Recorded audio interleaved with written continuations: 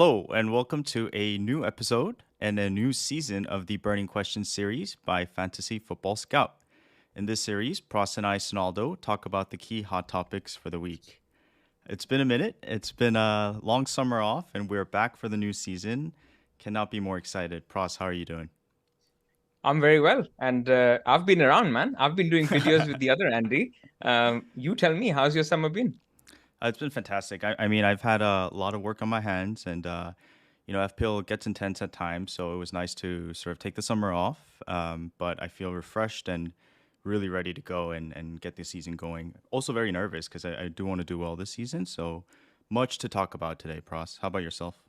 5 minutes in, you're already nervous. I mean, come on, it's fine. I mean, this is the fun part, man. I mean, you've had no disappointments. You're just tinkering. I love preseason, and look, this is the first season that we're starting burning questions from the beginning. So it'll be nice to sort of do the whole thing from game week 1. I think last year we started game week 8 or 9. So Mm. yeah, look forward to it. Awesome. So for today, our agenda is wildcard windows. A little bit different, a little bit interesting, but something to really consider when you make your team. A little bit of a preseason observation thing. So we'll just kind of talk about some teams and players and burning questions. And then sort of two drafts that are very template, but sort of a different kind of template draft, I guess. Um, yeah, so very excited to be back. And also, guys, please do subscribe to the FF Scout channel. It really helps us get out there and sort of this is our first season, full season, so your support is much appreciated. So without further ado, let's get into it. Wow, I'm kind of nervous, Pros. Don't worry, man. Don't worry. You'll be fine. You'll be fine. Let me do the wildcard section. So look, if you're listening to this, if you're listening to Burning Questions for the first time, we are geeks. We like to geek out on FPL, and we sort of help you become better managers. That's the motto that we have. So we're not going to tell you what to do. We're going to give you actually more decisions and get you more confused than when you came in. So hopefully this is what the wildcard window bit will be. I was doing a lot of preseason content with Andy Mode, and I also listened to a lot of stuff. And there was a point where we looked at fixtures, and then everybody stopped doing that once the player prices came. And then it was only about template. What are the players? Who are the best mid-price mids? Who are the best premiums? So I sort of feel like we forgot about the fixtures. And my view always has been that we should have a base case plan for a wild card. It doesn't mean that that's the one you stick to. It doesn't mean that that's the only way to play, but you can have a freestyle approach. But always sort of have in mind, if I was to wildcard in game week 3, 5, 7, 8, 9, what are the pros and cons? And we saw last year, for example, there were people who wildcarded in game week 4 or 5, and they kind of got a lot of Wolves players in their teams out of it. They did fine. They had to switch. But then people who wildcarded in game week 7 or 8, they were able to load up on the Chelsea wingbacks, on some of the City players, and they did much better. Now, obviously, that is a little bit of hindsight. But what I want to do is basically walk through these windows and talk about, if you were wildcarding then, what is the dilemmas that you have, and is that a window that potentially appeals to you? So Perfect. I think if we start with game week 3, and what we did was we looked at all the game weeks, obviously, and we've selected these because these are ones that have relevant swings. You could obviously go other weeks as well, but let's start with game week 3. So what appealed to me as a game week 3 window is basically like you have a 2-week free hit, and you start out with a 2-week free hit. You load up on Villa, Wolves, Newcastle, Liverpool, Leeds, Man United. So these are the best 5 teams that we've shown in the first column, and you basically avoid all the teams that are in the worst 5, and you fill them up around the Chelsea, some of the Man City and the Liverpool assets. And so what that does is, after game week 2, you will be able to jump on these long-term picks like Chelsea, Bournemouth, and then you fill it around with other players. And you could also think like Arsenal. Arsenal have a slightly tougher run in the first 2 game weeks, which is Leicester and Crystal Palace. After that, you have a beautiful run until game week 8. So this is what the game week 3 wildcard does. I'm not a fan, but some people are Mavericks, and they sort of, I've even seen people look at, for example, a bench boost in game week 1. Now, 11ify on Twitter is one big proponent of that idea. I had a chat with him, and he thinks actually a game week 2 wildcard would be better if you were bench boosting. We're not going to go into the details of all of that, but we wanted to sort of say that if you wanted to go there, there is an opportunity. You have like the Villa fullbacks, you have Trippier, you have some Man United assets interspersed with a freemium. And the freemium in this strategy works well because you could have a Salah, you could have a Haaland, and you could have a Kane. And then after game week 1, you turn your Kane into a KDB and a Kane, and you turn your Kane into a Haaland. So therefore, you have a freemium and a very good team which you can exit out in game week 3. Yep. So that was one thought. Have you ever contemplated an early wildcard or almost like a planning a 2-week free hit? I think the meta strategy when it comes to a game week 3 wildcard is that now that we basically divide our season into two, and then within the two into a half, if you know what I mean, Pros. Yep. It allows you to sort of, because right now we're going with a template team. I have a Sun team. I have a Holland team. I have a Kane team. I have a five at the back team. I have all these drafts, and I rank which order of my draft is sort of kind of where I'm gonna go. However, you still don't know, right? Like last season, Ben Rama, out the gate was flying. This season, Bay might be, out the gate flying. Like we really don't know. James, we have no idea if he's going to be amazing James or Chelsea are going to struggle. So it allows you to sort of assess the first 2 game weeks and then just jump on the hot assets straight away, and maybe that pays off in meta strategy wise. Also, if you really deep dive into this game week 3 wild card, there's only Aston Villa that really appeals, because from game week 4 they have West Ham, Arsenal, Man City, Leicester, and not many other teams that really have a jump off sort of fixture swing. So I'm not so keen on this. However, I think it could pay off if you get the cards right. I think this is the strategy if you wanted to go freemium. If you really wanted to sort of get a share of the pie of the Southampton game, you wanted to attack the Bournemouth game for Man City, and you wanted Salah. And so then, because this gives you these 5.0 midfield 5.0 defenders like the Trippier, Dean, Cash. You could have the Wolves guys. You have the Aston Villa, Bailey, for example. I think there's enough cheap players to sort of work around the freemium, and then you get out of all of that. And you also circumvent this issue of Chelsea versus Spurs. So a lot of people are sort of put off by James because he plays Spurs, or by Doherty because he plays Chelsea, or a Mount because he plays Spurs. So this would sort of solve it. Now, we're not going to present any case here which is a good or a bad case. I think those are the pros and cons. Of course, another one here is you get a lot of price rises because early season, you'll see game week 2, game week 3, prices are massively volatile. So if you were on a wild card, you would sort of enjoy a lot of these early bandwagons, possibly even a double rise, even if you didn't want the player. And so that's something that you could look at, but not personally for me. And let's keep going. Yep. So as we keep going, I have a question for you, Pros. Yeah. How important is early price catches this season compared to normal seasons with the World Cup in between? I think it's less, and it's less because you have 3 circuit breakers in the season, which is basically wildcard 1, game week 16, and wildcard 2. So the thing with that is you can keep resetting your team, and you have a lot of cheap players in the game this year. So if your team value was 1 million less, you could, instead of a Perisic, you go for a good 4.5 million defender. Instead of a James, you could go for a Trippier. So I think there's a lot of options this year where you don't necessarily need to stretch your budget.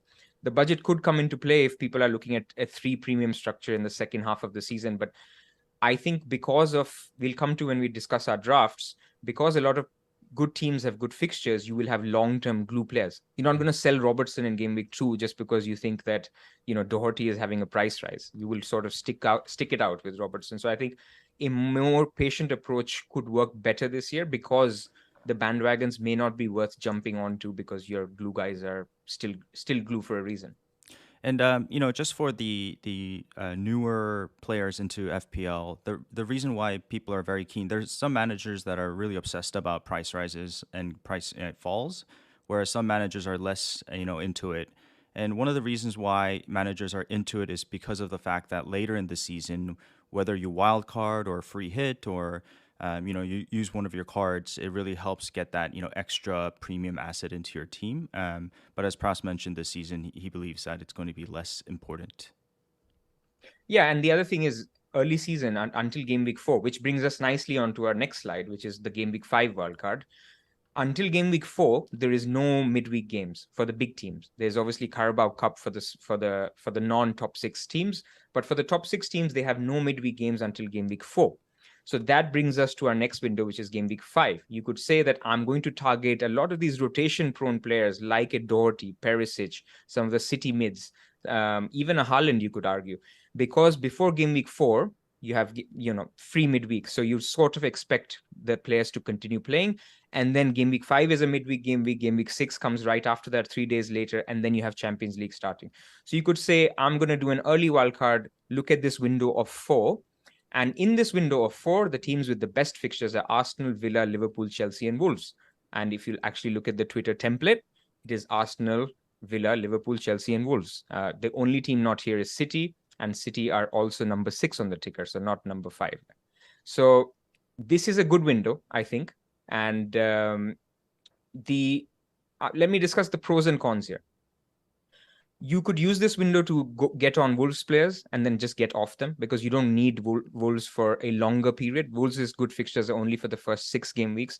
So yes, we're only talking about Neto or maybe an Aït-Nouri, but it's a window where you don't need to sort of worry about Wolves assets anymore. It's a window where you could jump on some of the other assets that no one is talking about, like Leicester and Crystal Palace. So from game week 5 to game week 16, Leicester are the second highest on the fixture ticker. Crystal Palace are the third highest, and also Chelsea. Chelsea have a fantastic run after game week 4. In fact, they are pretty much the team that you can back throughout the game week 16 window, because from game week 1 to 16, I know we will have a wild card to break it up, but from 1 to 16, Chelsea are the team that are top of the tick.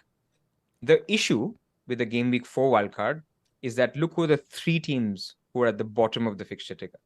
It's Spurs, Man United, and Arsenal.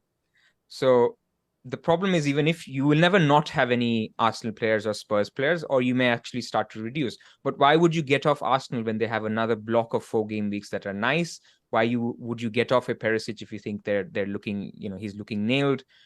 And maybe if you're on a Kane or a Son, they have excellent fixtures over the next 2. For example, they only play Man City and Liverpool much later in the fixture ticker. So that's my main issue. And I've heard a lot of people talk about this game week 5 wildcard. We'll have an early wildcard. What are your thoughts? I mean, would you sort of look at something like this as an early wildcard? And then what are your thoughts about Spurs and Arsenal and Man United being bottom 3 in the fixture ticker? I think it is an early wild card. It is an earlier wild card. Granted, we're looking at 16 game weeks, I believe. The issue is that, as you mentioned, Arsenal are 20th according to this chart. But if you really look into the fixtures, they have spread out decent games. Everton, Brentford in 7 and 8.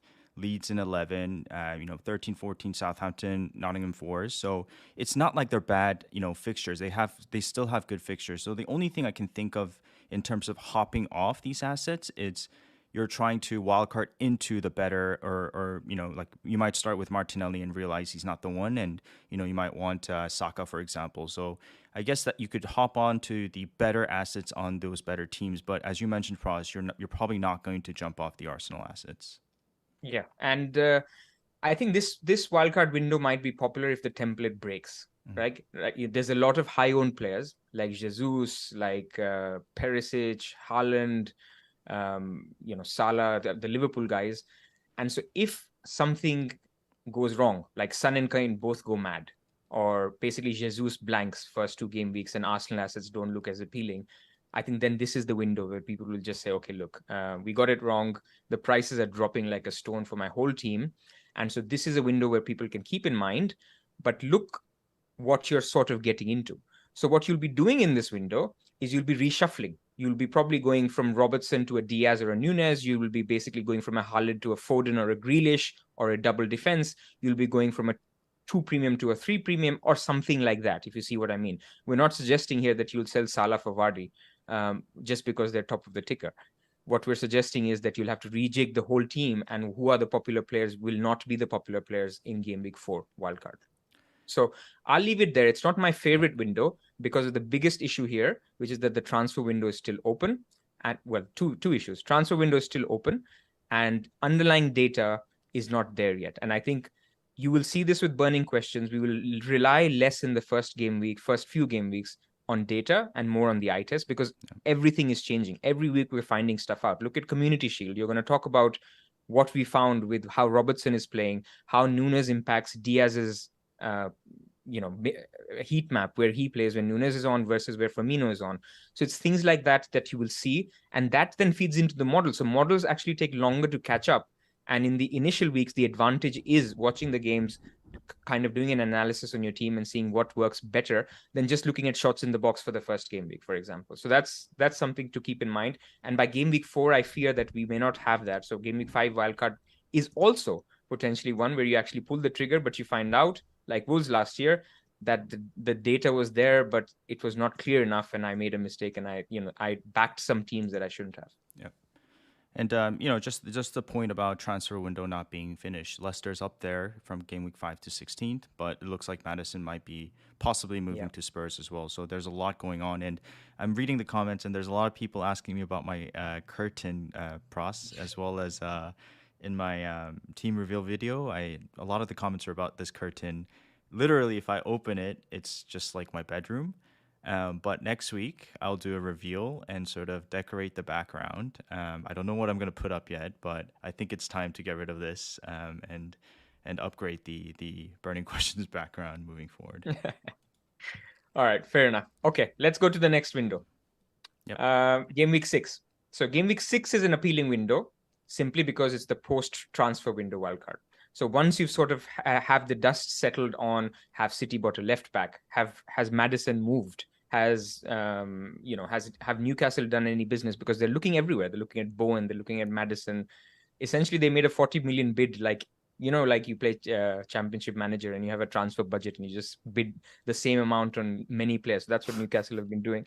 And you'll see if, where Frankie de Jong goes, whether that's Chelsea or not. So there's so much things that can be in flux. And last season we saw when Ronaldo and Lukaku came, it completely changed the picture, rightly or wrongly, but it did change the picture. So that's sort of what will happen by game week 6 wildcard. So for the people who don't know, the transfer window closes on the 1st of September, which falls between game week 5 and 6. The issue is game week 5 is a midweek game week. So you'll have only 3 or 4 days to then finalize your wildcard team, because game week 6 will come around very quickly on the weekend after that. So that's something to keep in mind. I think, again, this kind of wildcard will involve a shuffle. So this wildcard is not going to move. You're not going to be selling your Liverpool assets for your Bournemouth assets or Leicester assets. Again, we want to clarify that. But you'll be moving around the periphery. So you'll be moving outside of the players that did not do well, or you'll be reshuffling within the top 6 teams. So again, I go back to the whole Robertson instead of Diaz, or a Nunes instead of a Robertson. That's the sort of stuff that you'll be doing on this wildcard. Maybe backing a Grealish or an Alvarez who's looking good. So the teams to back, if you were to wildcard in this window, continue to be Leicester. Bournemouth look very good from this point on. So a Solanke, if they're looking good. Newcastle look really good, because Newcastle would have played the 2 tricky fixtures that we've talked about, which is Man City and Liverpool. They play that in game week 3 and game week 5. So once that is out of the way and you're seeing signs, Newcastle is a team to back because nobody else is on them. Here, the bottom team is again Arsenal. Spurs is 16, Liverpool is 17. But I think, look, if you see Liverpool at 17, that does not mean that you jump off them. It simply means that maybe consider 2 instead of 3 from Liverpool. And that's the sort of thinking. But Chelsea, again, are number 6 on the ticker if you were to wildcard in this window. One other thing that we've added is the biggest swings. So if you were to wildcard, you wouldn't only have a game week 6 to game week 16 horizon. You would also have a midterm or a short-term horizon on who are the teams to really back for the next few games. And that's where Bournemouth and Arsenal come into it. So you'd sort of still have some Arsenal players, but you would have to jump off them after game week 8, which we will talk about later. Yep.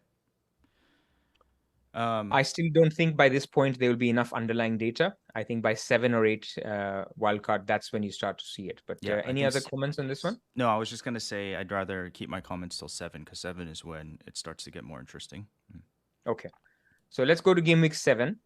Now, this is, again, when people sort of say, I'm going to look at a wildcard fairly early on, I have seen a lot of people say game week 7 wildcard. I hate this one the most. And this is why we're doing this exercise, where we're sort of highlighting things to people that they may not have considered. So who are the top in the ticker here? From game week 1 to 6, Wolves, Man City, Arsenal, Liverpool, Brentford. So all teams that we're targeting on our wildcard now, or on our teams now. But from game week 7 to 16, you have Bournemouth, Villa, West Ham, Crystal Palace, Leicester. Nothing wrong with that. The main issue I have is all the teams, the top teams, play each other in the next 2 game weeks. So you have essentially City playing Spurs in game week 7, Liverpool playing Chelsea in game week 8. So what you'll have is you'll be in a dilemma. Should I have the City players against Spurs? Should I back a Kane or a Son against City? But then after another game week, Liverpool will play Chelsea. So this will almost muck up your thinking in terms of the premiums, in terms of the assets that you'd have from the teams that are the best teams. And this is seen if you look at the top teams from game week 7 to game week 16. Spurs are 19th in the ticker, Liverpool are 17th, Man City are 14th, Man United 11th, Arsenal 15th, Chelsea 10th. Not one of them is in the top 10 for the fixture ticker. Again, I want to emphasize, I'm not saying we don't have any of them, but you'll just hesitate because they're not the teams. And then you'll sort of start to muck about with having Vardy, with a Maddison, if he still stays, adding a Bowen, and your team will drift too far apart from backing the best team. So that's my worry with game week 7 wildcard, which is why I don't like it at all. Yep. The only pro I see is you can do some reshuffling. You can get onto West Ham. So if Bowen was really somebody who you wanted to back, this is the period where their fixtures got really, really good. Man United have a good short-term window here. So if you liked what you saw from Erik ten Hag, you sort of jump on Man United a little bit. But I sort of feel like it's going to mess up with your Spurs versus City and Liverpool versus Chelsea play. Yeah, I think you perfectly summed it up. So there's a lot of sort of top 10-ish teams, maybe top 12-ish teams that have decent runs of fixtures. First being West Ham, they have Newcastle, Everton, Wolves, Fulham, and Southampton. So we're very keen on Bowen, right? Bowen, proved to be a very, very valuable asset, even with the 0.5 rise. So he could come into the fold. As you mentioned, Aston Villa have pretty decent fixtures moving forward. But those are teams that we don't want to load up on, or we don't want to reshuffle, right? We just want one or two of the best assets that are going to be involved. So I do agree with you. And it's iffy because you go to the next week, Liverpool play Chelsea as well. So it's sort of, two game weeks where you're not really maximizing your best teams. Yeah. And one other issue with this window is Arsenal, the team that is heavily backed, even tripled up on, they still have 2 games left, which are good. Right. So you'd rather sort of stick on them rather than jump off them. But then you have the issue that after 2 game weeks, again, you have to deal with your Arsenal assets because their hunt really goes bad after that. And, just for the viewers who might not know, this is a list of best and worst is from the fixture ticker on FF Scout website. So definitely do check it out in the members area. All right, lovely. Let's quickly go through game week 8. So game week 8 has similar issues to game week 7. So I won't spend too much time on it. The issues are still that Arsenal still have Brentford to play. You could potentially look to dead end a City asset. So let's say if you had a Haaland who's playing, or you had a KDB who's playing Spurs. KDB is a big game player. Let's say if you have Kane and you wanted to switch him out, you could switch him out to a Vardy who plays Aston Villa at home just before wildcarding. So dead ending is always a good strategy. And I think if you were to wildcard in game week 8, that could be good.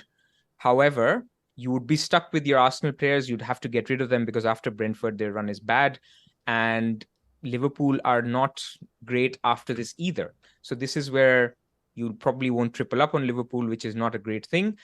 You could back Villa players who have a good run. You could back some Bournemouth players. I think Mitrovic starts to become very relevant after this window.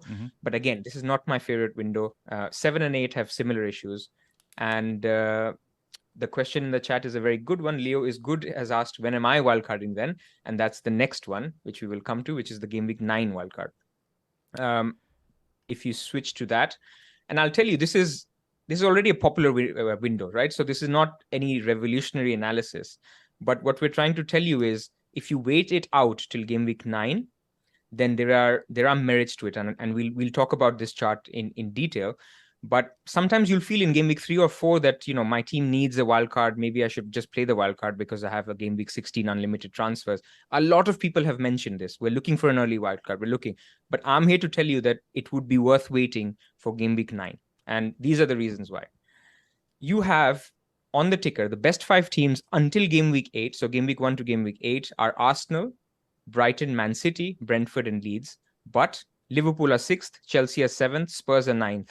So what it means is all the teams that you're backing on your game week 1 team, they're top 10 in the fixture ticker. In the case of Arsenal, they're number 1. What happens after game week 8? So game week 9 to 16, Arsenal are second bottom on the fixture ticker. And what that means is it's a simple switch from Arsenal to Leicester, because Leicester have an amazing run that starts from game week 9, which is Nottingham Forest at home, Bournemouth away, Crystal Palace at home, Leeds at home. So you basically move your Jesus to a Vardy potentially. You move your Spurs defenders to Leicester defenders. If Leicester are doing well, obviously things can change as we evolve, but there's a very nice swing from Arsenal to Leicester. And then what also happens in this window is that you've gone through this turbulent period of City playing Spurs and Liverpool playing Chelsea. So you could potentially look to dead end your team and basically get off. For example, if you have James in your team, you don't want James playing against Liverpool, not necessarily. You could look to dead end him out and get somebody else who has a good fixture in that particular week. So that, plus the fact that you'll have 2 weeks to plan it, you will be able to look through the international break if there's any injuries. Dead end James to game week 8, Pras? You would basically not want him to play against Liverpool, right? You may not want to play him there. So you could have a potential option. Let's see who has a good fixture in game week 8 instead of James. I think Newcastle could be a good candidate. Newcastle play Bournemouth at home. James to Trippier just before you wildcard.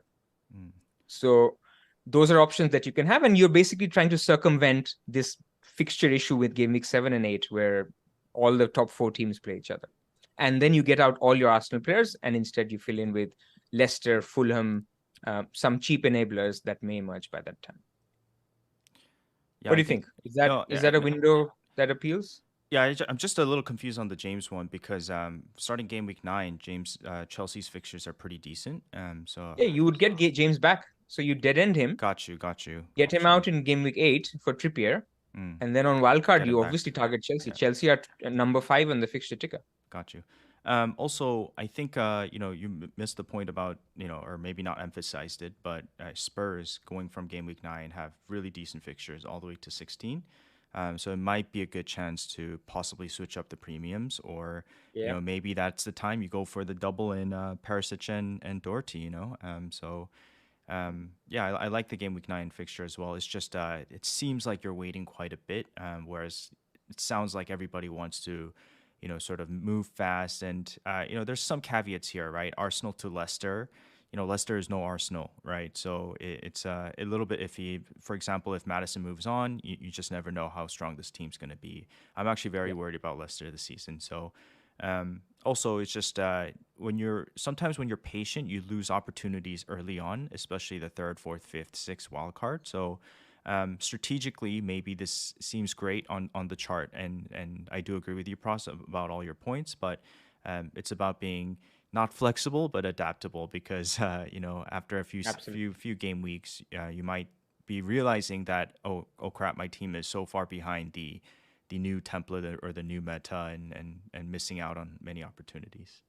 Yeah, absolutely. You hit the nail on the head. You have to be flexible, adaptable, but when you look at your team today, and if it has triple Arsenal are top of the ticker first 8 game weeks, and they are bottom. So that basically tells you it's a good window. If you're looking at Liverpool, this sort of helps me decide whether I want Robertson or a Diaz. So if I'm looking at a 8 game week time horizon, Jota will definitely be back by then. Yeah. So I would rather back a Robertson for this 8 game weeks and then switch around later than go for a Diaz for people who are looking at an early wildcard. This is why we're talking about this stuff. Yeah. Another example is James. So James is somebody that people worry about because they play Spurs and they play Liverpool in this period in first 8 game weeks. So maybe avoid going for James initially and see how it works out with them. You don't have to, go on the Chelsea defenders immediately. Chelsea has amazing defensive fixtures after game week 9. So you could even have your Mendy, Chilwell, James, all of them after that game week. So these are the things that you'll need to keep in mind and sort of think about if you have a longer term horizon to a wild card or a shorter term horizon. Yeah, just remember Chelsea have amazing fixtures from game week 9 to 16. Okay, I have the game week 13 wild card up, Pras. So game week 13 wild card is an interesting window. It's obviously very, very late. So you'll only go there if you have conviction that I've backed the best teams, my team is full of 9 or 10 players from the top 6 teams, I have no reason to switch, and you're happy with the players that you picked. This is very possible. Yes, last year the template really hit well, and if you continue if that pattern continues, then a late wildcard may appeal to people. So we're going to tell you why a game week 13 wildcard could make sense. So number one, on the fixture ticker, the teams to back, Chelsea is number one here. You have Arsenal at number 9. Man City, Liverpool are also middle of the table. So they're all decent teams that you have on your wildcard. But what happens is there's a phase that we've talked about, game week 7 to game week 12, where actually Liverpool have very bad fixtures or not amazing fixtures. So let me read out Liverpool's fixtures from game week 8, which is Chelsea away, Brighton at home, which is easy, fine. Arsenal away, Man City at home. During the same time, Spurs play Leicester at home, Arsenal away, Brighton away, Everton at home. So it's a window where you can basically play around with the concept of Salah out to a Son. And then in game week 13, you wildcard and you get Salah back, because Salah would have played your Chelsea, Arsenal, Man City, and West Ham at home. And then from game week 13, his run is Nottingham Forest away, Leeds at home, Spurs away, and Southampton at home. So you sort of, in a semi-risk-free basis, get Salah out of your team and then get him back. You could do the same with Robertson and keep Trent, or all of them if you wanted. So this was what the main appeal was with game week 13, where you can switch around some of your Liverpool players for your Spurs players. I think the Man City boys, whoever you have, can stay. Yep. But that's the appeal of a game week 13 wildcard, because after game week 13, who are the top of the ticker? Liverpool, Man City, Everton, Crystal Palace, less so, and Bournemouth. So you basically back after game week 13, you have a 3-game week or a 4-game week window. You back the boys who you fancy. It could be Nunes, it could be Haaland, it could be Salah, it could be Foden. So basically really maximize those 4-game weeks in the end. So I'm not suggesting you sort of plan for 13 game weeks, but if you were there, think about game week 13. And if you think you're getting there, think about selling Salah. I mean, yeah, you're right. Man City have good fixtures from 13 to 16. Liverpool too, Tottenham as well, Arsenal as well. So you could really maximize that and go for who you want. And I know you mentioned you could switch out Salah to Son during that 8 to, I think, 11 or 12 run. I guess you could do the opposite, where you can, wildcard earlier into Son and, have some flexibility where you can sort of bring Salah back after his run of tough fixtures. But obviously, wildcarding into Salah is a lot easier than the reverse way of thinking about it. Correct. And the last bit on game week 13 is, you would have, obviously, if you're reaching game week 13 without wildcarding, you would have switched out your Arsenal assets using free transfers to maybe Leicester players, maybe Bournemouth, maybe Fulham. Leicester's good run ends in game week 13 as well. So it was a good window where you sort of, let's say you switched from an Arsenal to a Leicester, and then game week 13, you get all of those guys out, and then you switch to other teams that have good fixtures, like Palace or Bournemouth, who have good fixtures, as your enablers. Yeah. Okay. All right. And then the last one, which is the 16. The very interesting one. So let's say you've gone through the whole season and you the whole initial period, and you're happy with your team. There's no need to do anything. Well, you don't need a wildcard at all. You can just convert your wildcard into a free hit, because if you save it for the last game week, which is game week 16, you will have a game week where Man United are away to Fulham, Liverpool are home to Southampton, Man City are home to Brentford, Chelsea away to Newcastle. Okay, that's harder, but Spurs are home to Leeds. And they've done this because you remember that there was this ask by the FA that, the big teams don't play each other because they didn't want a feisty game leading into the World Cup. So what that has led into is a really, really exciting free hit game week. So if you wanted to sort of build your team around Liverpool, Man City, some enablers from Man United, I can't believe I'm saying Man United have enablers, but they're priced nicely. And Spurs, this is the week. You sort of convert your extra wild card into an extra free hit, and you just use it in the last game week. Yeah, I mean, very unlikely many managers go here, but who knows? You might be, number one in the world for a while, like Focal, and sort of decide, hey, I'm gonna go for it this game week. So, if you get to this point where you're killing it and you're able to have a free hit basically with a wild card, then good on you, and should be a fun week. Yeah. So I think even 13 and 16. That's not a planning wildcard window. That's a wildcard window that you reach by game week 7. You will think, okay, I'm doing fine. I don't need to wildcard in game week 9. Then you start thinking about selling Salah for a game week 13 wildcard, or you may want to keep it and stay longer. I think the windows really to think about as you go through this video later is what is the difference between a 5, 6, 7, 8, and 9. And I think 9 is a clear standout And it would even mean for me personally that if I need a couple of hits in game week 4 or 5 to fix my team around, I would rather do that than play the early wild card, which I've heard a lot of people sort of say that they might do. Yep. All right, Okay. so that's the geeky section. Yeah. That's the section that we really wanted to discuss. I know right now everybody's thinking about whether they should have Perisic or Diaz or Robertson. So now let's do that. We're going to talk about the big teams. Yep. We're going to talk about what are the burning questions coming out of each team and some observations. So I think Andy's spent his time very nicely learning some tricks of some visuals. And we're going to discuss each of them in turns, and then we're going to discuss some burning questions that people have for each of these teams. Yeah, and fantastic summary, Pros. This is what you're so good at, and you guys can sort of revisit this video and stop by each section. I'll timestamp it after, and sort of just keep in mind that this planning is for to help you sort of actually visualize what you want to happen or what might happen. It obviously FPL doesn't work that way. FPL just comes at you at 110% speed, and you just can't control some things. But it's good to have an idea of when you might want to wildcard and keep those things in mind before you start the season. Yeah, and before you go to the next one, I just wanted to say, podcast listeners, this would have been difficult to follow because there was a lot of text on the tables. What I will tell you is I'm doing an article for Scout, which will be on Wildcard Window. So you'll see all these tables, all Perfect. the pros and cons written out. I think it should be out tomorrow. So look for that and possibly read it and then listen to this if you're listening on the podcast. Okay, so let's go to the first section, which is Spurs. Pros, I want to ask you, what are your burning questions in regards to Spurs? There's lots, man. I'll start with defense because actually people are looking at the minutes that Perisic got and getting enticed by him. People are looking at the Doherty bandwagon and whether he is the one to back for a 5 million price point. There is then the question of Son Kane, Son versus Haaland. There's Kulusevski. So Spurs is all burning questions. So show us what you've got in terms of what they've changed in terms of now that Perisic was in the Roma game. Obviously, we're not saying that this is always how they will set up, but these are some early signs. And as I mentioned, we're going to rely on eye test a lot more early season. So take it from there.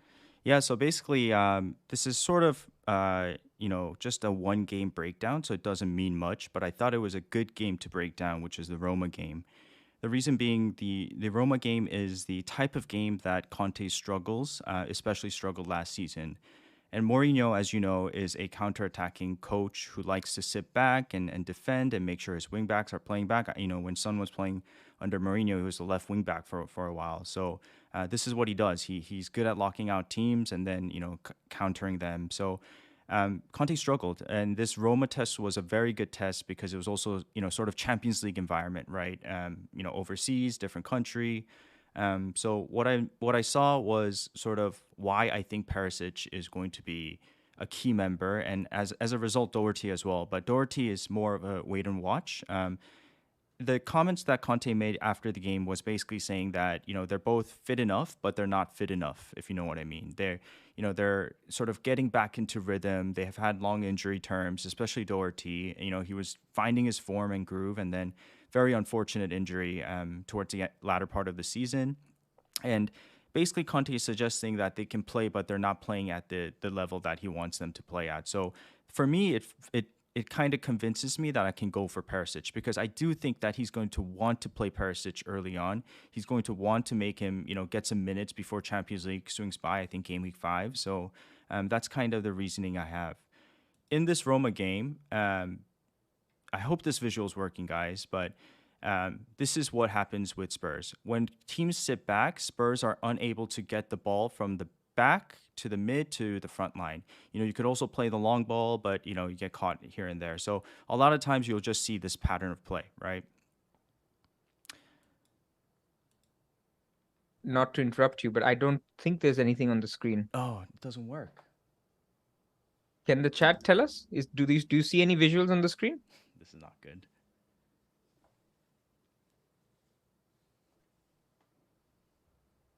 Oh, now there is. Okay, I see it now. Okay, you can see it. Yeah. It took a while. Yes, we see it. Sorry to interrupt you. Okay, good. What do you guys see now? Do you guys see the random numbers in Kane, Son, and Perisic? No, we can see the ball movement. Okay, you can see the ball moving, right? Yeah. Okay, cool. Correct. Okay, cool. So this is sort of what the issue was, right? So when Perisic, this is one example. Perisic can pull out wide, Son goes high, and then number 8 is Sanchez. I don't think that's his actual number. Sorry. There's that white circle space that sort of opens up, right? So this is where the left center back is very important, and I'll kind of show you why this is important to Perisic. And then. And then this is also a different type of pattern. When Lenglet came into the game, it changed because Sanchez, which is where Lenglet is right now, was unable to sort of, pass the ball and make those like sharp movements. And, with Lenglet, now this triangle of these three players is extremely, extremely important. And it helps Perisic, it helps Son, both left-footed, right-footed. And basically, a lot of disruption happened in the second half in this area. And this was the best sort of key that I saw in the second half. FPL is not so much about tactics. This is not a tactical lesson or a tactical thing. It's just what I saw in this game, and I'm trying to visualize it instead of just speaking about it. But tell me something. If this, I think that the triangle. So this is Ben Davis was doing this, and he'll probably take over from Lenglet as well. If Perisic is in the team, what does it mean for Son? Is he more in the box? Or is Perisic the one going in the box and Son will maybe be less attacking without sort of insulting your boy? Both, right? So one thing is that Son could pull out wide and, Perisic makes the run inside. Perisic could go out wide and Son, goes inside. Son can come in and receive the ball. Perisic makes the move behind. And on top of that, you have an extra asset in Ben Davis or Lenglet making the move. So it just confuses the defenders. As well, right? Yep, exactly. Yep. Which is crazy. Yeah, I mean, their chemistry will be really key, which is why goes back to the X minutes points before Chelsea. He'll definitely want Perisic to get a game to play on that side with Son. Yeah, and double-footed is very sort of underrated asset because when you're double-footed, it really confuses the defender. I mean, football is played on grass essentially, right? And then when you're defending, you want to be able to sort of predict, like a Robin, for example. He's going to go left every time, but he's just so good at it. Whereas Son and Perisic both can go left and right. So it's kind of a good combination and a very unique combination because both of them are so good both-footed, Yeah. So, anyways, that's sort of the visual I had on what I saw in this game, and as a result, I do think that Perisic is going to be a very valuable asset. And I did mention in the team reveal, and everybody knows this too. Like he's so good with his left foot, so good at crossing. He's also very good at making these sort of set piece header goals as well. So a very underrated asset. And so I think that I'm ready to jump on him because at 5.5, he's going to be extremely valuable if he starts kicking off. Okay, so let's ask some burning questions on Spurs. Would you go Perisic over James?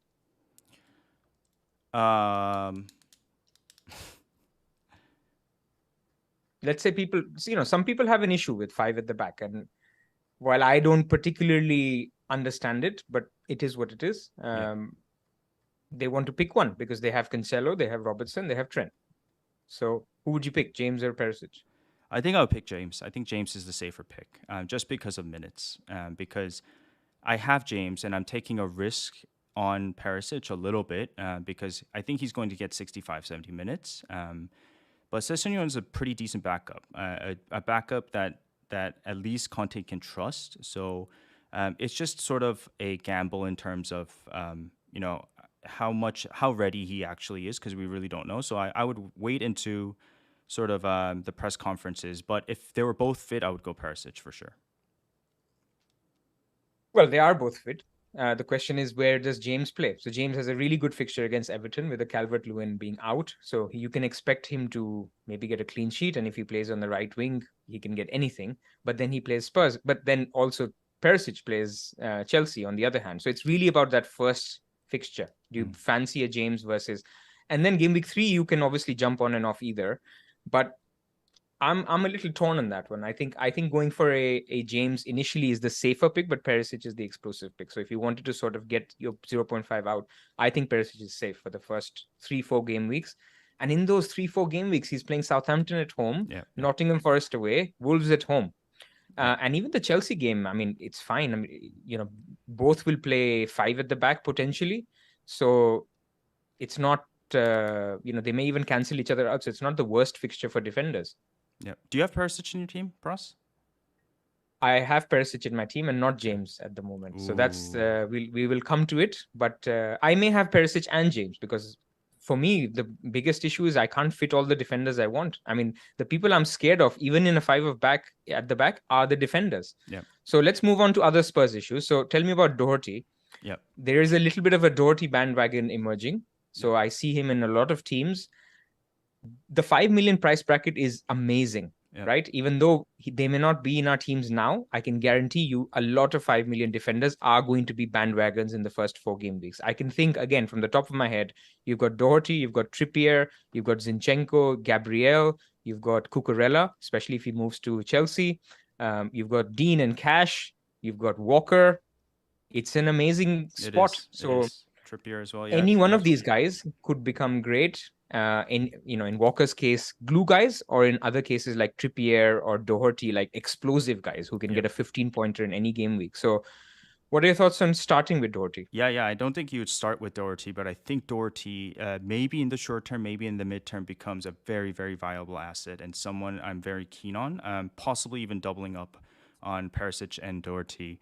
You think about the Spurs wingbacks. On the right side, you have right now Spence, Royale, Doherty, and even Lucas Moura. But I think the Lucas Moura experiment is over. But basically, when you have Kulusevski on the right wing, he's so good. But there's only one problem with Kulu, which is his speed, right? So what Conte did to sort of make up for his lack of speed is, station him very wide and high.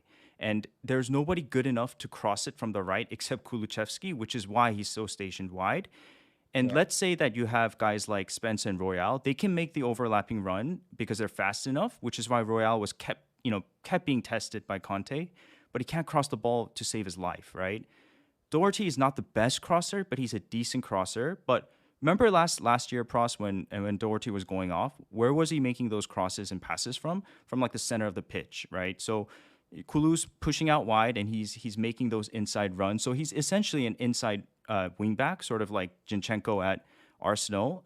So I can imagine sort of Doherty playing, Kulu kind of playing that role on the right, and Perisic and Son just burning everybody on the left. Richarlison, where does he come into play? He could start. He could start for any of them. Switches the way they play. He's very defensively active as well. And people think that he's just a substitute for Kulusevski or Son, but he could also easily substitute Kane. Kane needed that rest, and so he's the No, I'm not saying he's going to, rest Kane, but he's the ultimate, sort of, replacement because he's a starter level player.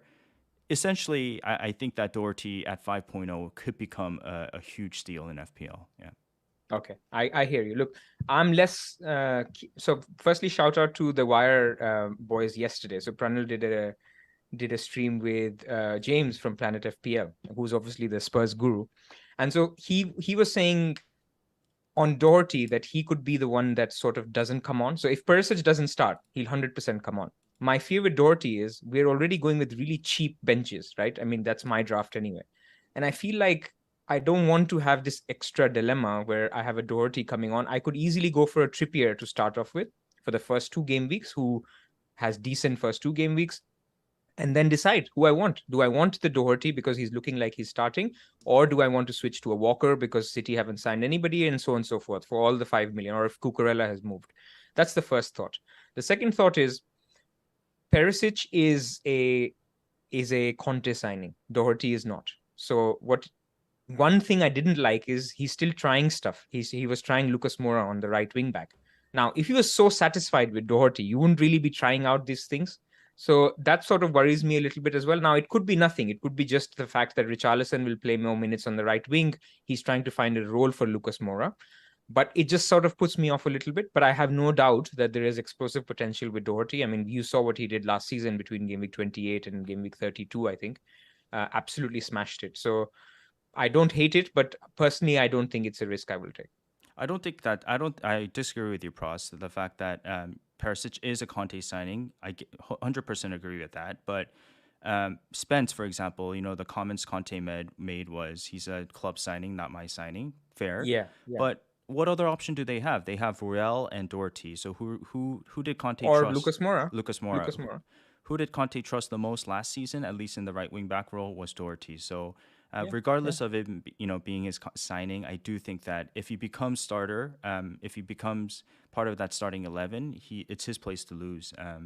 Until we get there, Fair we'll enough. The wait. question is if you go both. I mean, you can get really kind of with the thin bench. You go for both. One of them comes on, the other doesn't, and it's not pretty. So Gotcha. maybe it's me being risk averse, but that's where I am personally. Yep, fair.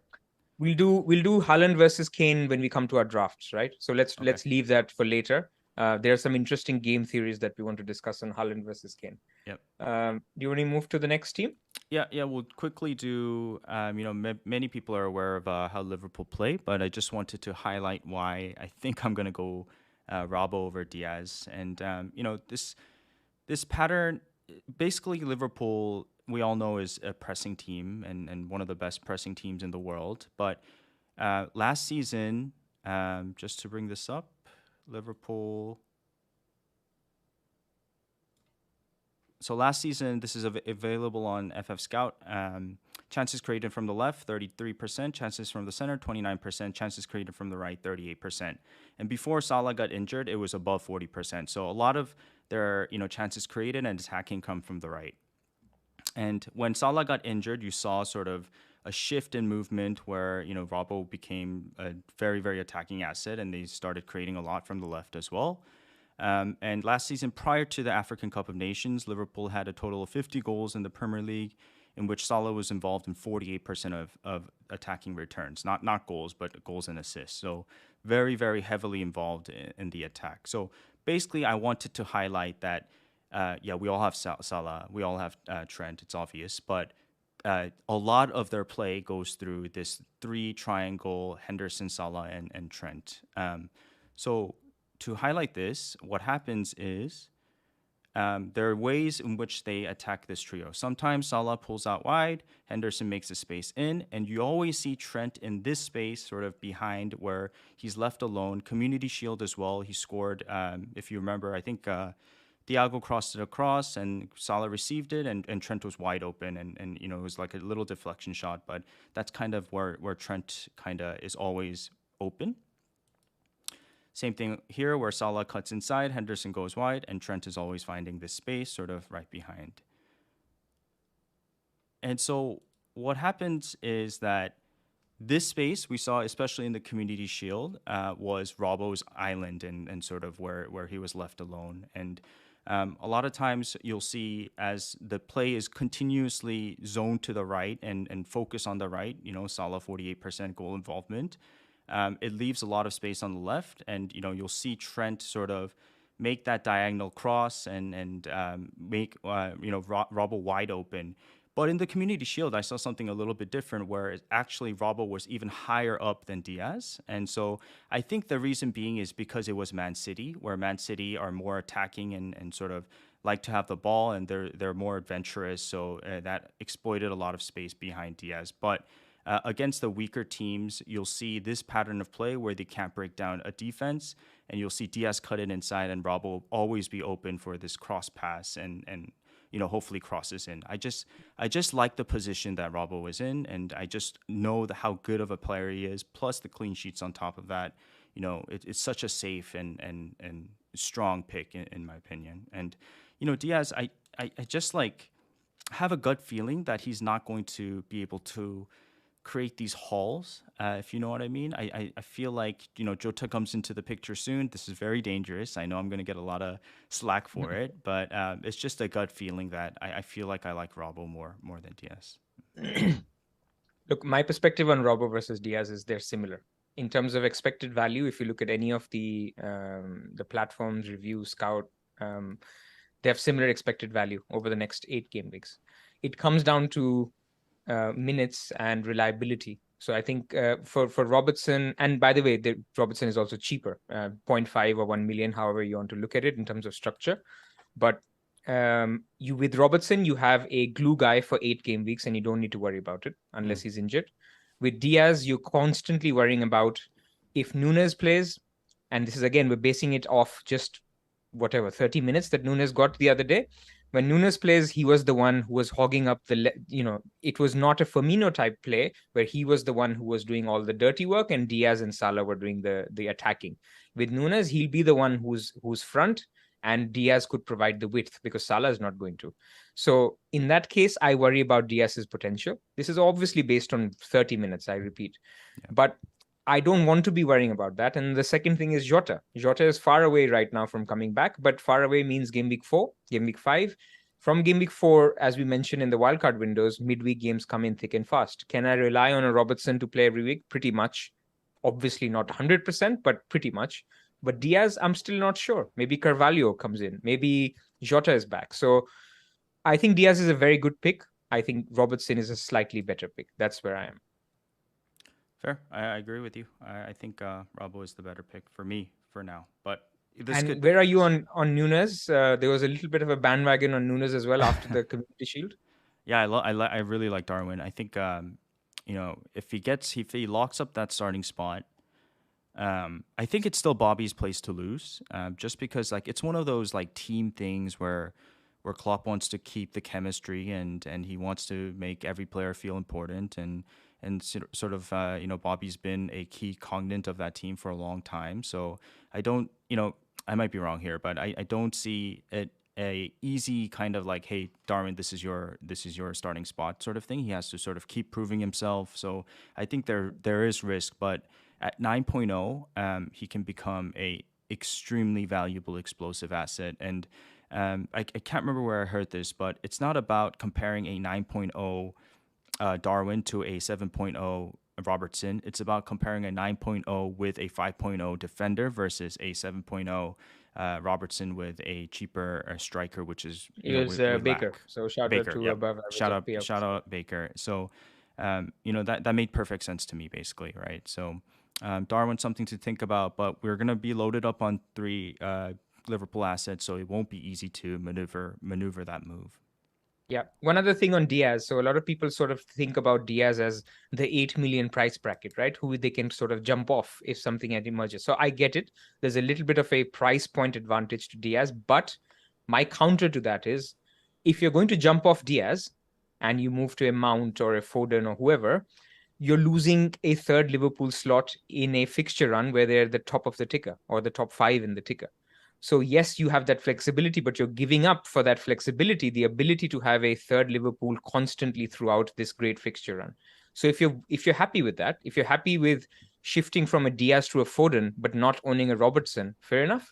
I still think Robertson is better than anyone you switch Diaz to, whether that is Foden, whether that is Mount, whether that is anyone else, frankly, in that price bracket. So yes, bandwagons emerge. Somebody could come in who we're not thinking about right now. So I do get the price point argument, but I don't really see me going against a third Liverpool slot in this fixture. Yeah, I see above average in the chat. So shout out to you guys, Adam and Baker. But also just a note on the price point thing, Pros. People are so into the price point, and I get why. You need a certain amount of price point, right? You can't go from a 6.0 to a 8.0 easily. But let's say you have an 8.0 midfielder, and he starts doing bad. Maybe he drops, maybe he doesn't. And then there's another 8.0 midfielder you want that's starting to emerge, and his price might rise midweek. Who knows? Then essentially, if you don't have any money in the bank, it's 2 transfers regardless, isn't it? It is, and people keep talking about, you will. Usual play is you save your free transfer, and then game week 2 you make 2 transfers.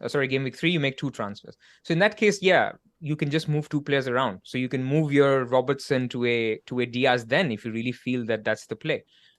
So for example, you can go a Robertson and a Bailey to a Diaz and a 5.0 mid or a defender. Sorry. So you could always do that later. And then the other counter argument that I have is a lot of people say, I'm going to play Neco Williams as my fifth defender and have Diaz as my 8.0 price point. Now, the problem with that is, what if the emerging bandwagon isn't the 8.0 midfielder? What if it's a Cucurella or a Doherty? What if it's that fifth defender that you gave up to get to the Diaz? So my issue is we just don't know who the bandwagon is. For us to assume that 8 million has a lot of good players and that could be the bandwagon is probably a fair assumption, but it's not the only assumption that you can have. There can be other bandwagons. What if Mitrovic bangs in a brace against Liverpool? I'll tell you that he'll be double price rising in game week 2. So it's things like that we haven't foreseen, but let's not just assume that 8 million is the only price bracket you need to cover. There are many others and you won't be able to cover all of them. Yep.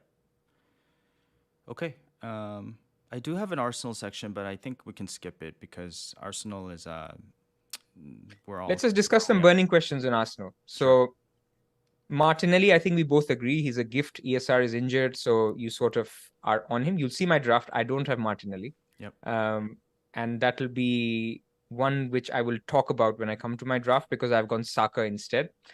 What do you think on penalties? Is it whoever wins it takes it, or is you think Saka has it? I think I've heard forums where it's kind of wishy-washy, but I think Saka is probably going to take it.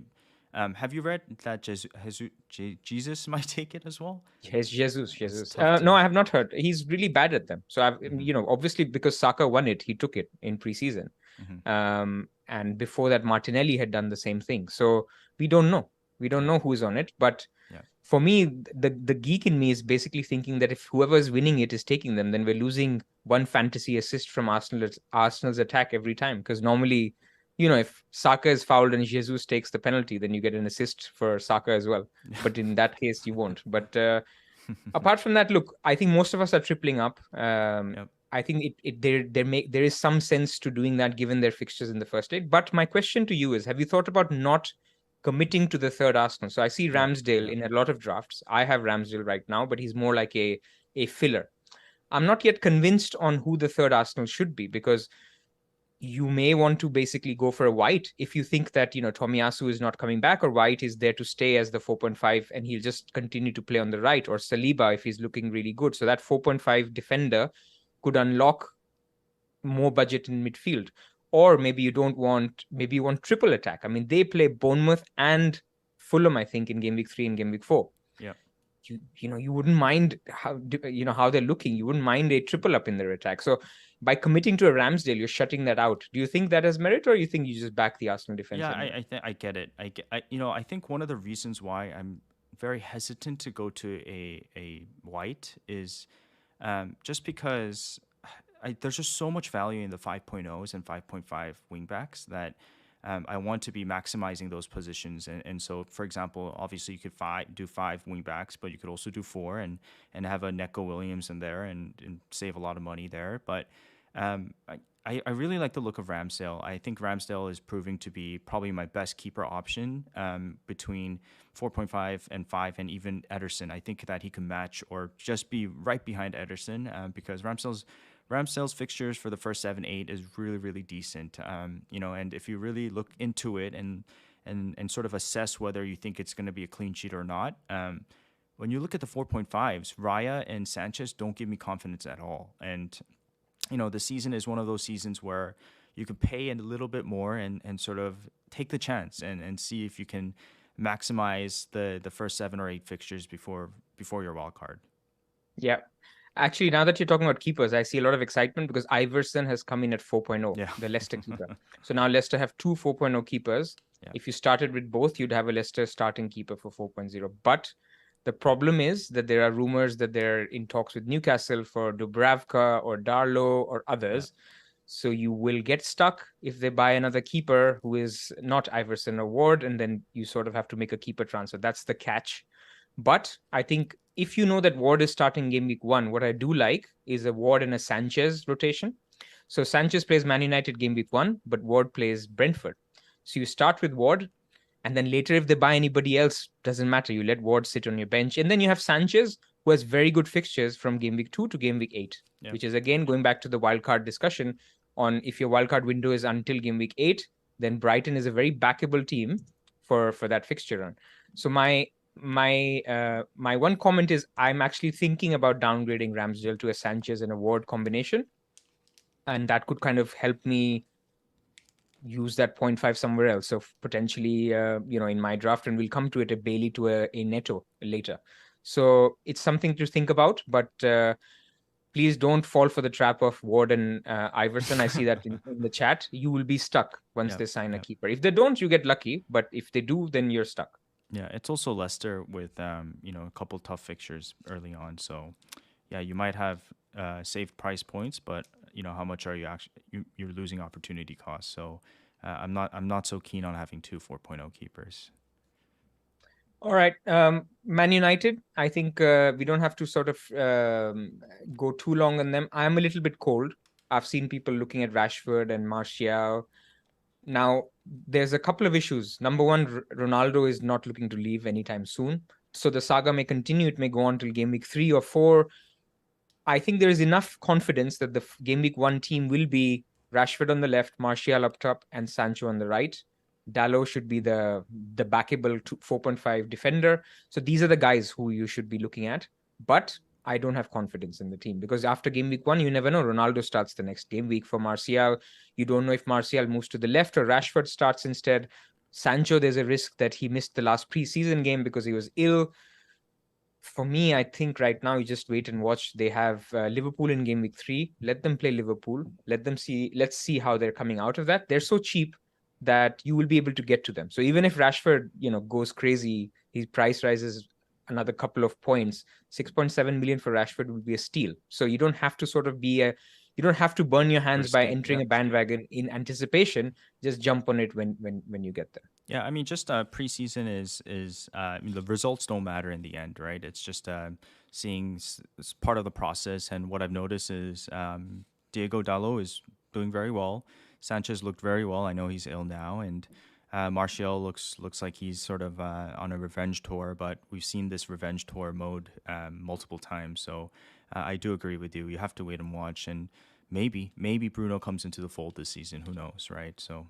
Yeah, but too early. I mean, the most recent reports are we're not even signing Frankie de Jong, which is not great. And the other reports are that they're looking at Neves instead. So there's implications there. If we sign Neves, then who's going to be on penalties at Wolves? Yep. Could be Neto. So that has sort of ripple effects on Neto becoming more appealing. But for Man United, I think that's all we had to say. Awesome.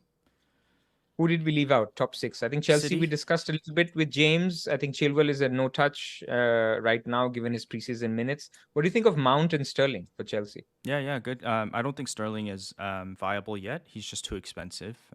He's the premium price tag, and obviously great player, but we don't really know what to expect with Chelsea, and a little bit of Chelsea camp being not great this preseason, but he might come out and do well. But once he does well, then you can hop on him because he's too expensive to have straight off the bat, unless you're willing to gamble.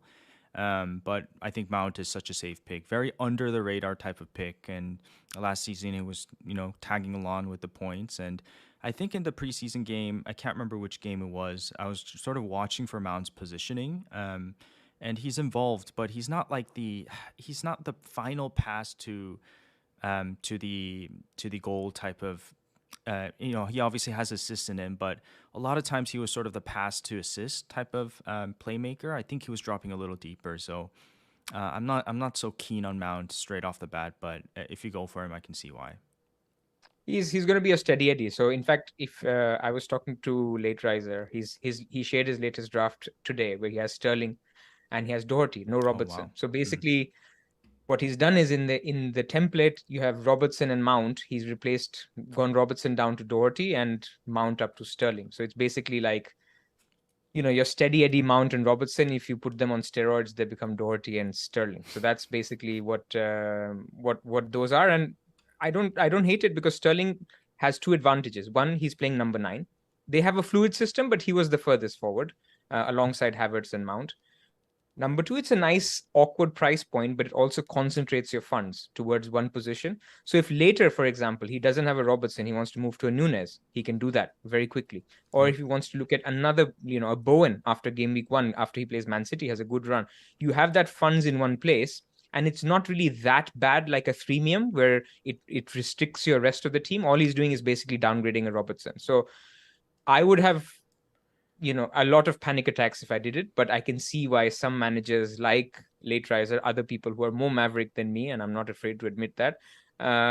If they do that, I don't think it's a bad shout at all. I don't particularly love the Mount shout. I know his underlying data is good and all, but I'm happy to wait for him after Spurs in game week 2 and then see if I want to jump on him. And I also struggle to see how you can have a Mount in your team and not James, because for me, even if if you get a James playing right wing back, I back him to score more points than Mount. If he's playing center back, fine, Mount is better.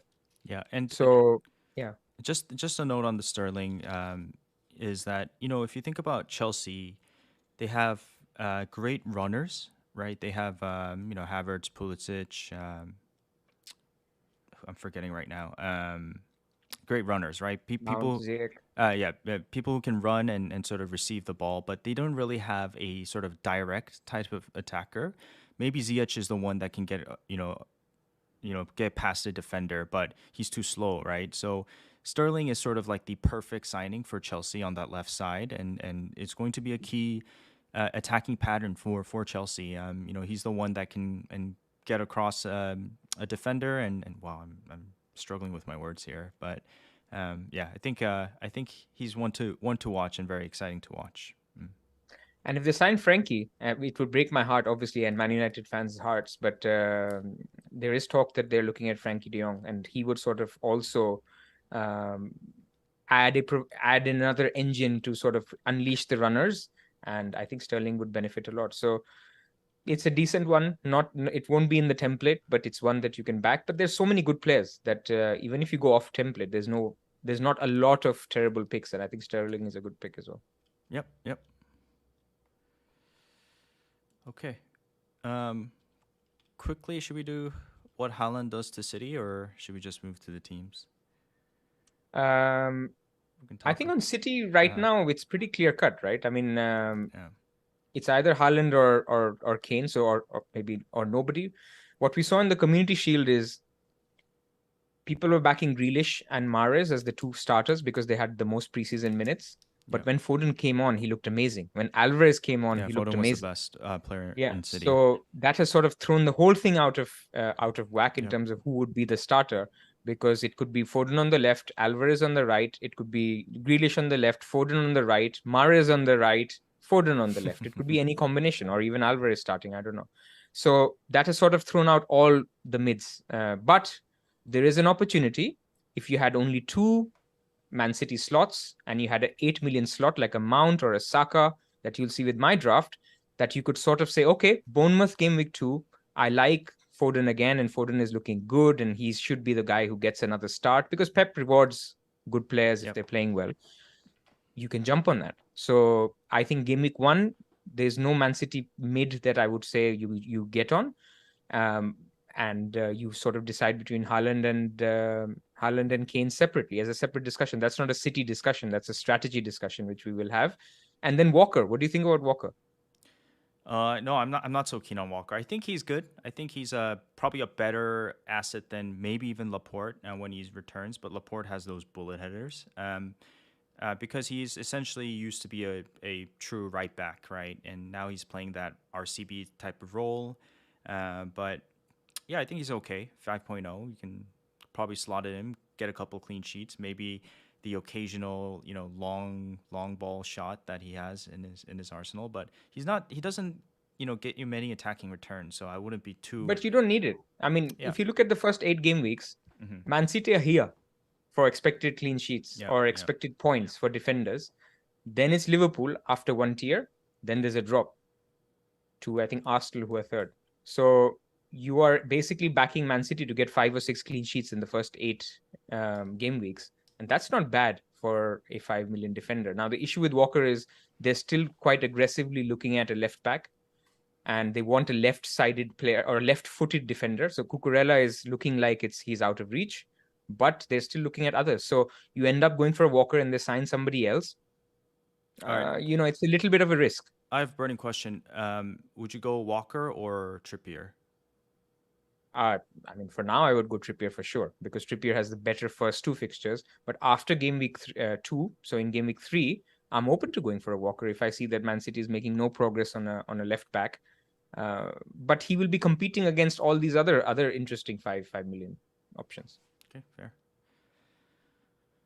Okay, yeah, and on Holland, I think Holland's going to be excellent, and I think that Community Shield game was a good sign for him. But how do you feel about Holland? I have Haaland in my team. I liked what I saw. Of course, City were not sort of looking for his runs. They're not used to it, playing with a number 9 who's making runs. They're used to sort of passing the ball and having somebody just run into the goal and doing a tap in. They're not used to that, but they will get there. I mean, people are backing a Conte manager to get it right with Perisic and Son and whatever. You need to back a Pep to get it right with Haaland and KDB and how they play around him. So I'm completely bullish on Haaland. I think there's a little bit of game theory here. Now, if we're here before we get to our drafts, why don't we discuss it? So this is a big issue. People are thinking last minute we're going to leave it to Kane or Haaland. For me, it's pretty clear. Either you go for Kane and you stick with Kane. Yep. So you keep Kane for Southampton at home, you keep him for the Chelsea game, and then you get out of him the Wolves and the Nottingham Forest games. Or you go for a Haaland and you keep him regardless of a blank. If he blanks against West Ham, you keep him for Bournemouth at home, and then you switch him out to a Kane if you don't like what you see. This approach of people sort of booking in a transfer, for me, that doesn't sit really right, because let's play game theory, right? You have Kane, and there's 4 scenarios. Kane has blanked, Haaland has scored. Kane has scored, Haaland has blanked. Each have scored or each have blanked. So let's talk about each scenario. If both have scored, you were looking to switch. Will you switch? I don't know. You will sort of waver because Kane has scored against Southampton, but then you're thinking Haaland has also scored against West Ham. You probably will still switch if you're inclined to. Yeah. If Kane has scored and Haaland has blanked, would you switch? No. Well, then it'd be tough. You would. It'd be very tough because he's going to be highly captained in game week 2. Yeah. Correct. So you will waver, right? You will not be sure if you should switch or not. So the advantage you had of going Kane over Haaland was the Southampton game. You got that advantage, but now you're not willing to make the move for the advantage that Haaland has over Kane, which is playing Bournemouth at home instead of Kane playing Chelsea away. So for me, you're going to be stuck in this dilemma. And to add to the mix, first Kane plays on Saturday, Haaland plays on Monday. So now let's get to the scenario where both blank. So if Kane has blanked, some people will start making the move to Haaland on a Sunday because Kane has already played. Now, I'm not talking about engaged managers. Now imagine the scenario where Kane is dropping in price before Haaland has even played on a Monday. Will you switch before Haaland has even played game week 1? So these are the things that I'm sort of going through in my head, which is why I'm trying to make the case that if you're going for Kane, have conviction to keep Kane. If you're going for Haaland, keep him until the 2 game weeks. Do not get into this mindset of I'm going to switch, because in any scenario, you will either be tempted or you will end up doing it anyway. And if you're in that camp, just go for Haaland. And that's where I am. I know in all these 4 scenarios, even if Kane scores and Haaland blanks, I will switch from Kane to Haaland. So then in that case, I'm going to just go for Haaland now and hope for a little bit of variance in game week 1 where Haaland could still do well against West Ham. Maybe not as well as Kane, but if you're not captaining Kane, what advantage are you gaining over me, who went Haaland and I got a blank and you got a goal? Yeah. That's not a lot because you're not really captaining. Not a lot of people I've seen are captaining Kane home to Southampton. They're captaining Salah. Yeah, and on that note, not captaining Salah in that first game is a scary feeling. I mean, he looked so good, and just beast mode Salah back in preseason. So. So that's my thing. I am going for Haaland because nothing more than the reason that I want Haaland Bournemouth home. And the advantage I have is if Haaland scores against West Ham, I'm captaining Haaland against home to Bournemouth. And people who've gone Kane will basically look at that and be forced into moving to Haaland. Whereas I will have this advantage that I will, if I don't like what I see, I'll switch to Kane later in game week 3 anyway. So I'm not saying that's the right play. All I'm saying is if you have conviction on Kane, keep it.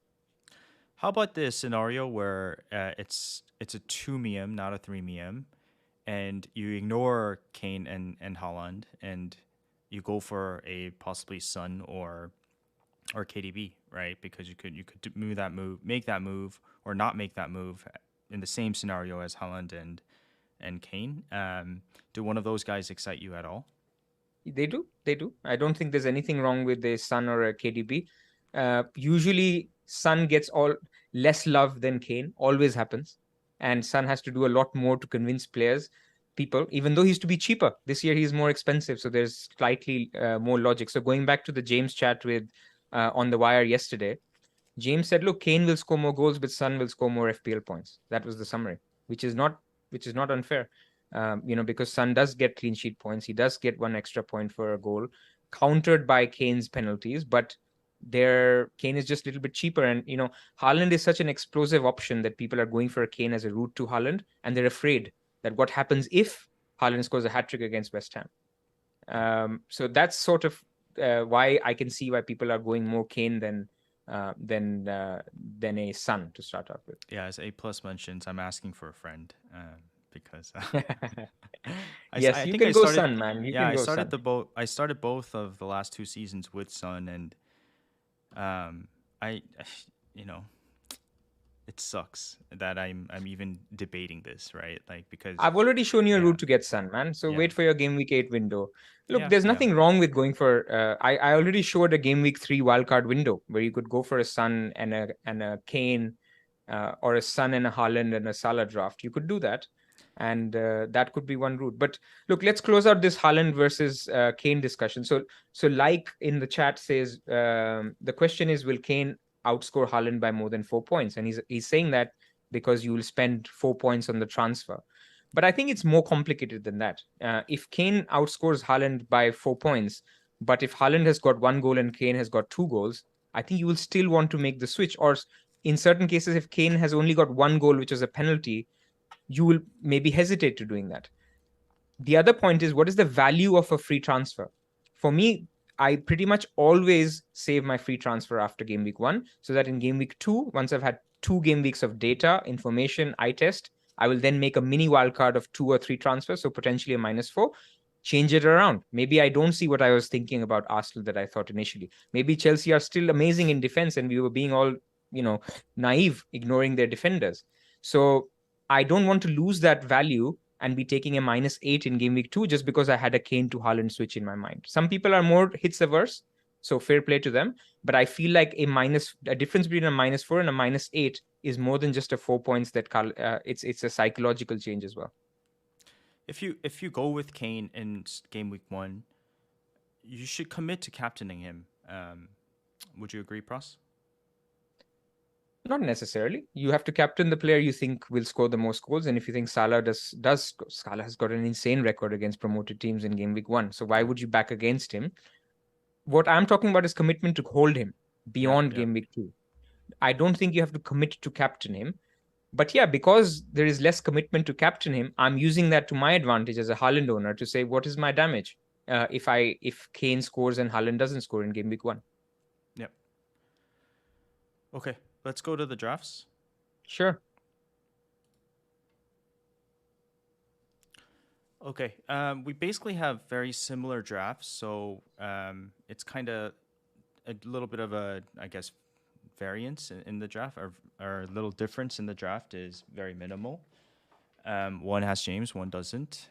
This is a very template draft. I think that a lot of people with the 5 at the back will sort of go for this draft. Obviously, if you look here, there's Neto as well as Bailey, and you could. You want to read out the full team? Oh, right. For the podcast listeners, by the way, guys, please do subscribe to the FF Scout YouTube channel. It really helps us. As is in the chat as well. As is in the chat. So I noticed that I forgot all videos. So please, for burning questions, do subscribe and hit the like button if you can.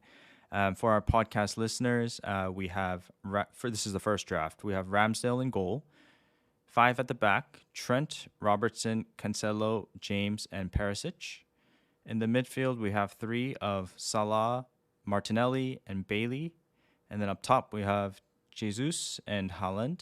And in the bench, we have Ward, Neto, Andreas Pereira, and Archer. So zero point 0.0. And obviously, the question mark here is, what do you do with that kind of iffy money between Bailey and Neto? Because there's no real upgrade in price point from 0.51. So, yeah. What do you think about this? This is going to be the most template five at the back, because this gives you the elite backline, because I don't think the backline gets better than this. If Chilwell was fit, then maybe you could argue that Chilwell could come in here. But other than that, these are the top five defenders that money could buy at the moment. And you have a Ramsdale who looks solid as an Arsenal defense cover amongst these guys. So your defense is that's the starting point. Then you have two premiums, which is again a great starting point. You have Martinelli, who's looking to kind of break the game at 6 million, the best option at that price point. There's absolutely nothing to hate about this draft. The only issue is what people talk about is now if Foden scores a brace against West Ham and you really want Foden at home to Bournemouth, you cannot get to him, or you'll have to take a hit in game week 2. The counterpoint is if Doherty scores a brace in game week 1, fine, he plays Chelsea. Let me use another example. Trippier scores a brace against Nottingham Forest in game week 1. You want to get to him, you will easily go Perisic down to him. If, for example, Perisic doesn't appeal, or James down to him, you have that. You can do that in one transfer, which some other people with 4 at the back or 3 at the back cannot. So you have limited flexibility in midfield, but you have additional flexibility in your defense. My issue with this is you're sort of wasting funds. You've got Neto as first bench. You're not playing Neto in game week 1. Game week 2, I don't know. Will you play Neto in game week 2? No, because Bailey might go off, and he has a decent fixture as well. So I actually prefer Bailey over Neto at this point in time, and it's you've got Neto as a safety blanket in case Bailey becomes what we are all afraid of him becoming, which is a 55-minute cameo, and he looks rubbish, and then he never plays again. So that could happen to Bailey. So you've got Neto as an insurance. If that happens, then you will do that. But my question is, why not just keep 0.5 or 1 million in the bank and just possibly downgrade that Neto position? And then if Bailey becomes a dud, then you upgrade Bailey. Then, of course, it's using up a transfer. But if you're going Haaland instead of Kane, that gives you that luxury. You have not booked in a transfer. You can think about these things later on. The other thing I will say about Neto, so as I was talking about, game week 1, you won't play him. Game week 2, you won't play him. Game week 3, he plays Spurs. So why do you have him? Yeah. So this was the dilemma that I had, that this draft was my starting point as well yesterday. Yeah. And then I said, I don't need this 1 million from Bailey. I don't then either. I went, sorry, from Neto. I'm happy to start with Bailey. Then I went, if I can get another 1 million out of James, if I downgrade a James to a Trippier, a 5 million defender, could be Dean, Cash, or anyone, or a Walker. I've got 2 million now floating around in this draft. I will upgrade Martinelli to a Saka. And suddenly now I have an 8 million price point. So now we don't even need to flip to my draft, but that's basically my draft. And that's the thinking. The only advantage of that is I'm not wasting the Neto spot. I'm not using up. I'm not wasting any money as a side. Like, for example, what we're benching. I'm happy with Andreas Pereira. The flaw obviously is that I don't have Martinelli, who could be a game breaker. His price could jump if he does well in the first 2 game weeks, because after that, as I said, they play Fulham and Nottingham Forest. So that's where we are. Yeah. I'm happy with my draft, but I'm also not fully happy with it. So I think a lot of also one thing is that you sort of don't want to leave this till the last minute, especially the last day, the last couple hours, because I think, one thing I learned last season is that when you leave it that late, you should have some contingency plans maybe, or really think through your team early in the week and especially this week before everything gets started, sort of really finalize what you think you're going to go probably by tomorrow, right? And and sort of think with your head, and then once crunch time comes, once the I guess press conferences come, maybe you can maneuver a little bit, but yeah, I might switch it around completely, You'll and be panicking last day. Don't kid yourself. Look, the thing is, we think that we're tweaking around a lot of things, but ultimately we've got, I would say 11 yeah. players sorted. So what you're doing is, if I look at your draft, your goalkeeper, your maybe your James spot, and maybe even not that, your Neto and your Bailey spot, and maybe Martinelli, 5. Those Mhm. are the spots you're playing around with. I don't think you're going to change a Haaland, or you could change him to Kane, but it doesn't change the structure. You're not going to change Jesus. You're not going to change the 4 defenders that you've got here. So you're pretty settled. So this is more settled than you would think you think you are. And now you take a call. If Cucurella has signed for Chelsea, and Everton look completely out of it, then I'm not going against James. I'm going to get him. So these are small things that you will pick up with press conferences. If Pep is saying we don't need to sign a left back, we're happy with who we have. We've got these guys coming out from the youth team and whatever. Go for Walker. I mean, he would be a great choice if they're not going to sign another left back. So press conferences still remain really, really key, but those are only changing the fine margins in your team. If you've already made the big decisions on 2 premiums versus 3 premiums, Salah, no Salah, Haaland versus Kane, then all of that is just periphery. Yep. I do have a Sun draft, and I'm not shutting it down. I'm still keen on it. So we'll see where we I mean, end in up. your draft, you've got Yeah. Neto money lying around. Switch Yeah. Neto to switch Neto to even a Dewsbury Hall, which, by the way, a Yep. lot of Yep. people who are afraid of going Bailey, Dewsbury Hall is a beautiful outlet. If Bailey doesn't work out, you don't have to have a Neto sitting on the bench. You just change Bailey to a Dewsbury Hall. So in your draft, you've got 1 million spare. You No. could you could turn Haaland to a Son and still have 0.5 spare. Sorry, Yeah. Haaland to a Son. Yeah. Yeah, it's a bit, for me. It's between Holland and Son. It's not actually Holland and Kane anymore. I had Kane just a couple days ago, but you're right. If I'm gonna go for Kane, it doesn't make sense. I'm just gonna go for Holland and keep him because 2 to 6 Man City are just amazing fixtures. There's no need Yeah. to make that extra -4 move. But I don't mind my Sun draft. It's maximizing my 11. It's just I'm lacking that Holland and Man City second asset, and there's no one to go for besides Holland. So that's why I'm Same hesitant. logic. If you're Yeah. going for Son and Salah draft, stick it out. Don't change Son to Haaland game week 2. Stay Yeah. with Son. That would be my thing. And there's a couple of questions on the draft. So I see in the chat Stephen is asking on the bench fodders. So his question is, who's your striker on the bench? The 4.5. I think it was So Archer. I've got the Yeah. Crystal Palace guy, and my thinking there is basically, obviously Greenwood will get the most minutes, but he's also the most owned. And then Archer, I don't think, as soon as these guys moved away from the diamond, so Villa used to play the diamond, and then 2 strikers, Ings and Watkins. Now they've moved to a 4-3-3 or a Christmas tree. In this case, they're not going to play Archer. Ings will come on as the first sub. So Archer may get minutes, but not at all. As well in some games. So I would just gone for the lowest own because I don't think I'll reach third bench with 5 subs at all in the first 8 game weeks. Yep. Let me show you my Sun draft real quick. Go on then. If I can find it. Okay. Until then, while you're looking for it, I'm going to answer some questions in the chat. What about Almiron? Please don't go there. 5 million is a good price, but look, they're looking to sign a lot of players. And then he plays Man City in game week 3. It's just, much better to go Bailey. Maybe he nails down a spot, or Dewsbury Hall. I see. Is having Son, Salah, and Haaland too much? Question from Simon. So that's a freemium question.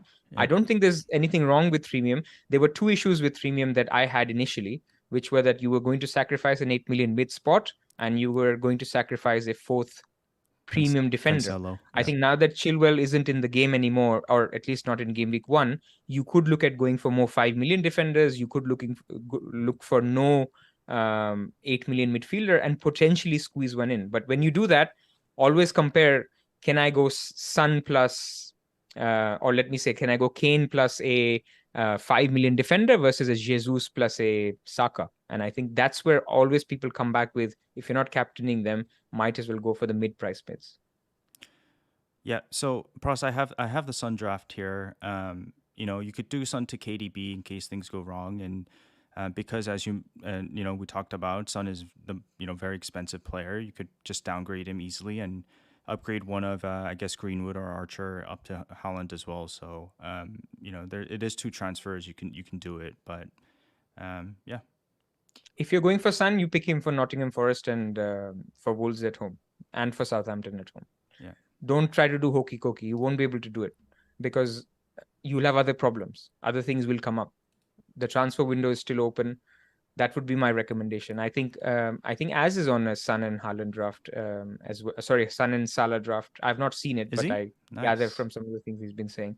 But nothing wrong with it at all. As long as you're Yep. backing the Son pick and not panicking on Haaland if he scores a goal against West Ham. I know I won't be able to. I will panic. So that's why I'm going with Haaland in the first place, and then I'll change if I see something different.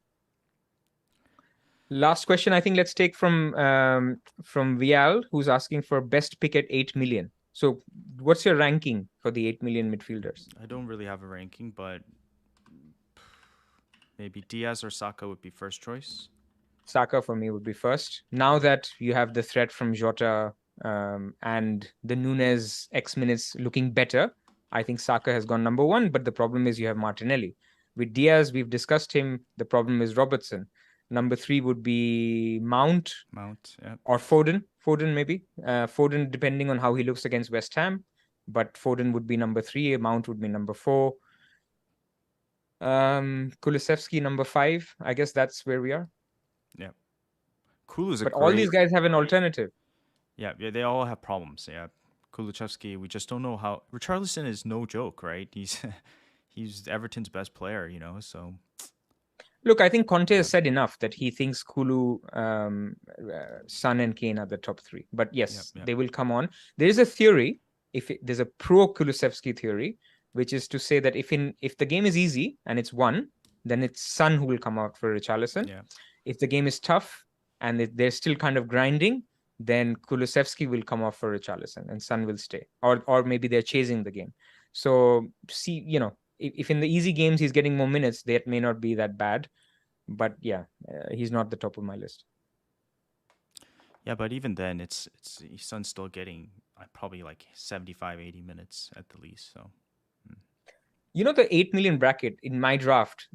So if I was more maverick and if I feel it, that's where you can sort of make your gains. You can start with a Kulusevski because he plays Southampton at home and Richarlison is suspended. You move to a Foden for home to Bournemouth, and then you move to a Saka for the long term for the Arsenal assets, because Arsenal's first two fixtures are not the easiest. We're talking about their easy run, but away to Crystal Palace, home to Leicester are fine, but they're not that plumb. Crystal Palace away is a tough game. Leicester home, you can argue, is a easier one now that they've lost their keeper and they're also having defensive issues. Pereira's injured.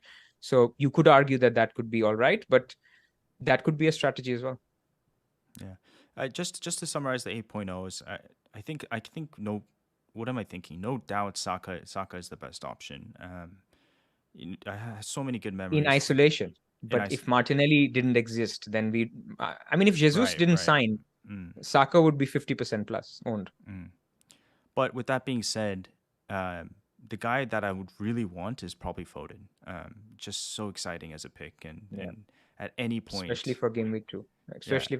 Because Parker has been complaining about the signings and they haven't got anybody. That's basically gives you all the signs that they are the team to back, and this is to target. This is why Bailey is popular. He plays Bournemouth game week 1. You can sort of, in your draft, you can sort of make a plan for target Bournemouth, because Bailey plays Bournemouth first, then you have Haaland playing Bournemouth second, then you have, I think, Liverpool playing Bournemouth third, then you have Neto playing Bournemouth fourth. So you have almost like a plan for, I have an attacker who plays a Bournemouth team in the first 4-5 game weeks. And Simon says Madison disrespect. I rate Madison super highly. He's just transfer rumors right now, so Yeah. we have to wait and Yeah. So watch. what you go for a Madison game week 1, he's not in the lineup. Rumors start flying in that a bid has been made for Madison. Game week 2 he misses because he's having his medical. The first game we get out of Madison is game week 3 away to Man City. That's why he's not in the list. Of course, if he stays, he's a good pick. Okay, hour and 40. Wow, that was too long. Sorry, guys.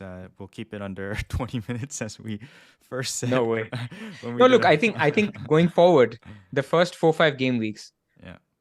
we're not going to do a deep dive on stats. This is what we've been known to do in the second half of the season. We're going to do a deep dive on what we're seeing, what is changing from our observations that we went in with in game week 1, and those hopefully should be shorter, more to the point. So we'll try to talk about the teams. What are we seeing? What is different? So yeah, it won't be an hour and 40 minutes going forward, at least for the next few game weeks. Okay, one last time, guys. Please do subscribe to our YouTube channel and also do sign up for FF Scout membership. You can get a discount through either Pros or my ID. So it'd be great to have more members this year for Fantasy Football Scout.